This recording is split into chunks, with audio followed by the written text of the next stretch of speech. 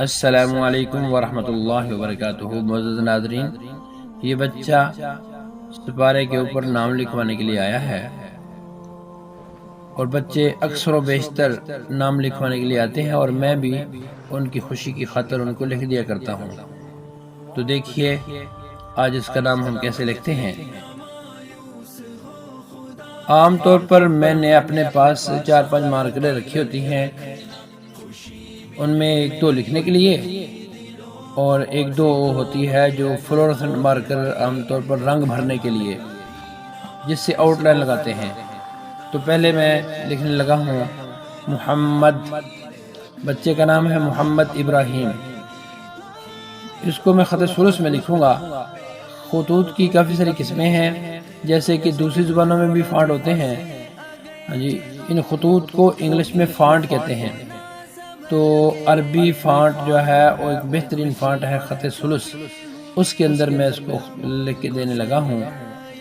تو یہ ہے محمد کا لفظ، جس کو میں شروع کرتے ہوئے مروڑی ڈالے بغیر ہی لکھ کے مروڑی میم کی مروڑی بعد میں ڈالوں گا۔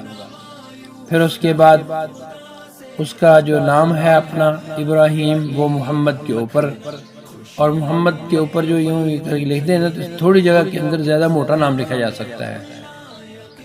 جب اس کو میں پورا کروں گا، پورا کرنے کے بعد پھر اس کو آؤٹ لائن کے ساتھ میں اور مارک کے ساتھ آؤٹ لائن لگا دوں گا، اس سے خوبصورتی مزید بڑھ جائے گی۔ اور بچے کا جو نام ہے، اس کے والد کا نام ہے محمد نواز۔ محمد نواز جو ہے وہ نیچے لکھوں گا، نیچے جگہ کم ہے۔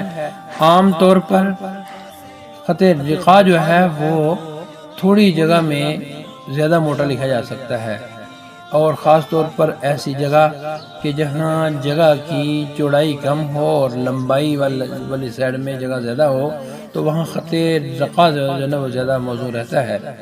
تو خط رقاع میں اس کے والد کا نام لکھنے لگا ہوں محمد نواز۔ اس کو جب پورا کروں گا، اس کو بھی میں آؤٹ لائن ساتھ لگا دوں گا۔ تو کچھ میں آپ کو ساتھ خطوط کا تعارف بھی کرا دیتا ہوں۔ خطوط کی کافی ساری قسمیں ہیں۔ تو خط ثلث جو ہے وہ عام طور پر میں استعمال کرتا ہوتا ہوں بچوں کو نام لکھ دینے کے لیے۔ ایک تو یہ آسانی سے لکھا جا سکتا ہے، اور دوسرا یہ بھی ہے کہ ذرا موٹا لکھا جا سکتا ہے، بچے خوش ہو جاتے ہیں اس کے ساتھ۔ تو جو اگر جگہ بچے تو میں جگہ جو خالی ہوتی ہے وہاں پھول وغیرہ بھی بنا دیتا ہوتا ہوں۔